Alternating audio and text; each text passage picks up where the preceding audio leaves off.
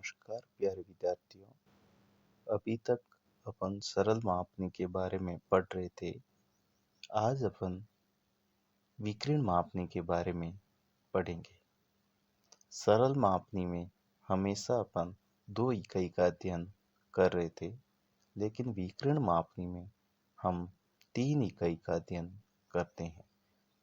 सरल मापनी में जैसे किलोमीटर, हेक्टोमीटर या फिर डेकामीटर, मीटर, ऐसे अपन 2 इकाई का अध्ययन कर रहे थे। लेकिन विकिरण मापनी में अपन किलोमीटर, हेक्टोमीटर, डेकामीटर या फिर मीटर, डेसीमीटर, सेंटीमीटर और ब्रिटिश पद्धति में अपन किलो, मील, फलांग, गज या फिर गज, फीट और इंच इस प्रकार अध्ययन करते हैं। विकिरण मापनी शुद्ध मापनी मानी जाती है।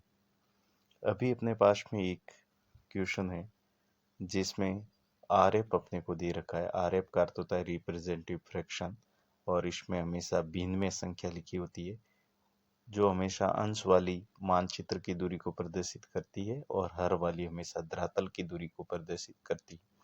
तो अभी अपने पास में आरएफ जो दे रखा है वो 1:10 लाख निरूपक भिन्न पर बने मानचित्र के लिए विकिरण मापनी की रचना करनी है जिसमें 1 किलोमीटर तक की दूरी पड़ी जा सके।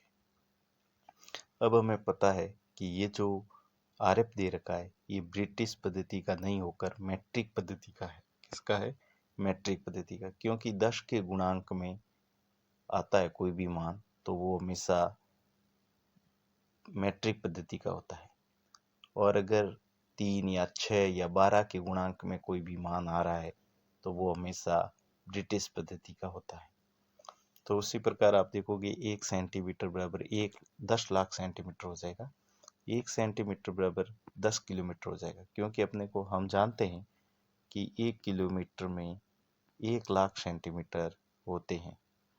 अगर अपन मानचित्र पर या कागज पर 15 सेंटीमीटर स्केल बनाते हैं तो वो कितने किलोमीटर को प्रदर्शित करेगी? अगर 1 सेंटीमीटर 10 किलोमीटर को होती है तो 15 सेंटीमीटर कितने किलोमीटर को होगी? 150 किलोमीटर को प्रदर्शित करेगी। तो इस प्रकार ये अपने पास में मान आ जाएगा कि 15 सेंटीमीटर अपन फाइल में अगर या कागज पर मानचित्र जो दूरी बनाते हैं मापनी की तो वो 150 किलोमीटर को प्रदर्शित करेगी। ये अपने को ध्यान रखना है। अब अपन क्या करेंगे कि यहाँ पर 15 सेंटीमीटर की एक स्केल बनाएंगे। कितने सेंटीमीटर की? 15 सेंटीमीटर की। और उस 15 सेंटीमीटर के अपन 5 भाग करेंगे। तो 5 भाग आपको ही ध्यान है, 15 सेंटीमीटर के 5 भाग करते हैं तो वो 3-3 सेंटीमीटर के होते हैं। कितने सेंटीमीटर के होते हैं? 3-3 सेंटीमीटर। तो 3-3 सेंटीमीटर के बिल्कुल बराबर भाग हो जाएंगे। कितने हो जाएंगे? 5। 1, 2, 3, 4 और 5 भाग हो जाएंगे। अब उसके बाद अपने को ये 3-3 सेंटीमीटर के हो जाएंगे। फिर अपने को ध्यान है कि मापनी के हमेशा 2 भाग होते हैं। एक जीरो के लेफ्ट साइड जिसको बायां भाग कहते हैं, इसको गौण भाग कहते हैं, सेकेंडरी भाग कहते हैं, और राइट हैंड की तरफ होता है। इस भाग को अपन हमेशा क्या कहते हैं? प्राथमिक भाग कहते हैं, जिसमें बड़ी इकाई लिखी जाती है। अगर इकाई सेम है,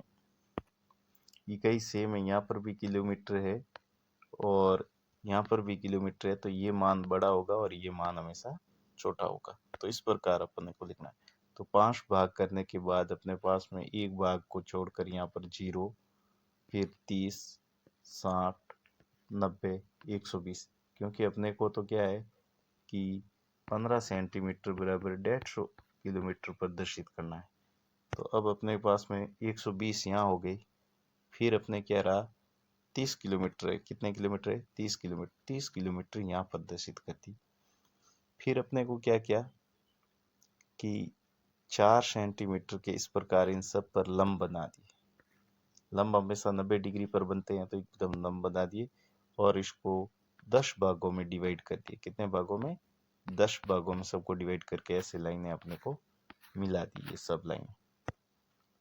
और यहाँ पर अपने देखिए 10, 20 और 30, यहाँ पर भी अपने को क्या लिख दिया? किलोमीटर। फिर अपने को ध्यान है कि देखिए ये जो एक कॉलम होता है ना, देखो ये जो पूरा कॉलम है ये 30 किलोमीटर को प्रदर्शित कर रहा है। ये पूरा कॉलम कितने किलोमीटर को प्रदर्शित कर रहा है? 30 किलोमीटर को। उसी प्रकार आप देखोगे कि ये जो छोटा सा कॉलम है ना 0 से 10 तक, ये 10 किलोमीटर को प्रदर्शित कर रहा है। तो यहाँ पर ये 10 किलोमीटर यहाँ पर प्रदर्शित किए गए, ये किलोमीटर। तो यहाँ पर अपने को कहा कि 1 किलोमीटर की दूरी पड़ी जाए तो ये 1 किलोमीटर बन जाएगा इसमें। तो इस प्रकार यहाँ पर 1 किलोमीटर की दूरी पड़ी जा सकती है। तो इस प्रकार ये जो मापनी बनेगी ये विकर्ण मापनी है। आपको ध्यान है विकर्ण मापनी में हमेशा ऐसे तिरछे जोड़े जाते हैं, तो विकरणवत करणवत जोड़े जाते हैं। तो ये इस प्रकार अपन जोड़ सकते हैं। तो इस प्रकार आपको ये मापनी समझ में आ गई होगी। तो मेरे द्वारा दी गई जानकारी आपको समझ में आई होगी। यदि हमारे